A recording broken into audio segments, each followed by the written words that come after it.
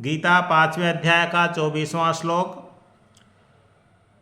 यह अंतः सुखः अंतरारामः योऽन्तः सुखोऽन्तरारामः।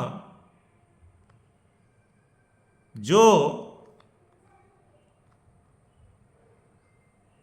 भगवान के सुख में ही सुख प्राप्त करता है, भगवान के अलावा और कहीं ब्रह्मांड के किसी भी वस्तु, किसी भी पदार्थ, किसी भी प्राणी, किसी में सुख नहीं पाता है, बल्कि जो सुख केवल भगवान में ही देखता है, ब्रह्म में ही देखता है, अपनी आत्मा में ही देखता है। अंतरारामः, जो भगवान ब्रह्म या अपनी आत्मा में ही हमेशा रमा रहता है, हमेशा उसी में लीन रहता है, उसके अलावा और किसी से उसको कोई मतलब नहीं रहता है। अंतः ज्योतिरेव, जो अपनी आत्मा से ही, भगवान से ही, ब्रह्म से ही ज्ञान प्राप्त करता है और किसी से कोई ज्ञान प्राप्त नहीं करता है, तो ऐसे मनुष्य को, ऐसे व्यक्ति को जो भगवान में ही सुख प्राप्त करता है, भगवान में ही रमा रहता है, भगवान से ही ज्ञान प्राप्त करता है, ऐसे मनुष्य को क्या कहते हैं? ब्रह्मभूतो। ऐसा मनुष्य ब्रह्मभूत कहा जाता है, ब्रह्म में मिल जाने वाला कहा जाता है। तो ब्रह्म में मिल करके और क्या कहते हैं उसको? वह सांख्य योगी होता है। ब्रह्म में मिल करके सांख्य योगी बन जाता है और वह सांख्य योगी ब्रह्मभूत होकर अंत में ब्रह्म निर्वाण की स्थिति को प्राप्त कर लेता है।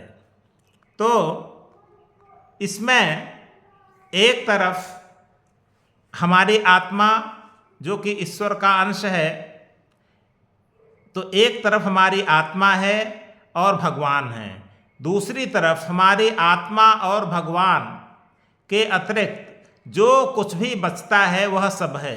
हमारा शरीर है, मन है, बुद्धि है, अंतःकरण है, इंद्रियां हैं, संसार की सभी वस्तुएं हैं, सभी प्राणी हैं, सब कुछ है। एक तरफ ये हैं और एक तरफ भगवान और हमारी आत्मा है। अब दो प्रकार के लोग होते हैं।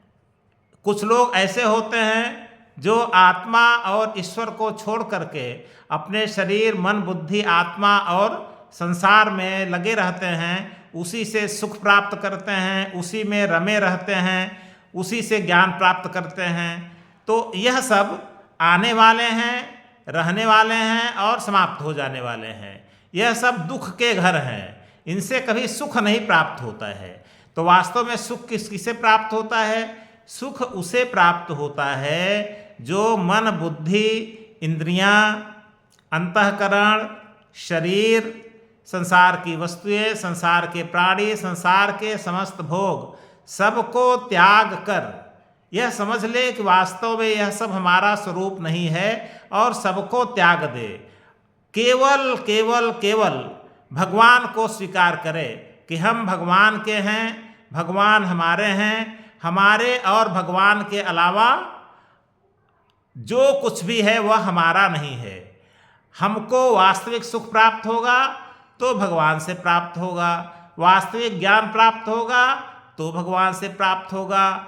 हमें किस में रमे रहना है? भगवान में रमे रहना है, और भगवान का अंश ही हमारे अंदर हमारी आत्मा है। तो हमें इस दृष्टि से किस में रमे रहना है? हमें अपनी आत्मा में ही रमा रहना है, आत्मा में रमे रह करके ज्ञान प्राप्त करना है। आत्मज्ञान ही एक प्रकार से वास्तविक ज्ञान है। आत्मा के अलावा जो संसार का ज्ञान है वह वास्तविक ज्ञान, सत्य ज्ञान नहीं है। सत्य ज्ञान आत्मा का ज्ञान है, तो परमात्मा का ज्ञान है।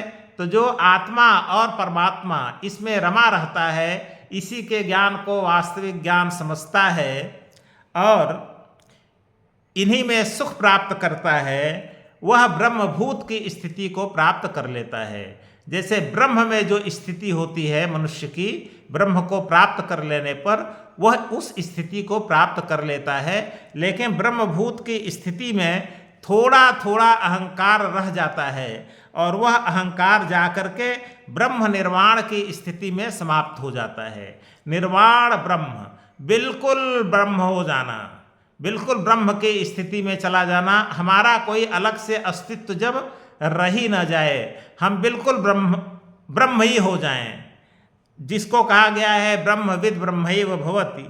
तो ऐसा सांख्य योगी अंत में जो 3 प्रकार के गुण वाला होता है कि भगवान में ही सुख प्राप्त करता है, भगवान में ही रमा रहता है, भगवान से ही ज्ञान प्राप्त करता है, तो ऐसा सांख्य योगी ब्रह्मभूत होकर ब्रह्म को प्राप्त कर अंत में निर्वाण की स्थिति माने ब्रह्म में स्वयं को विलीन कर देने की स्थिति को प्राप्त कर लेता है।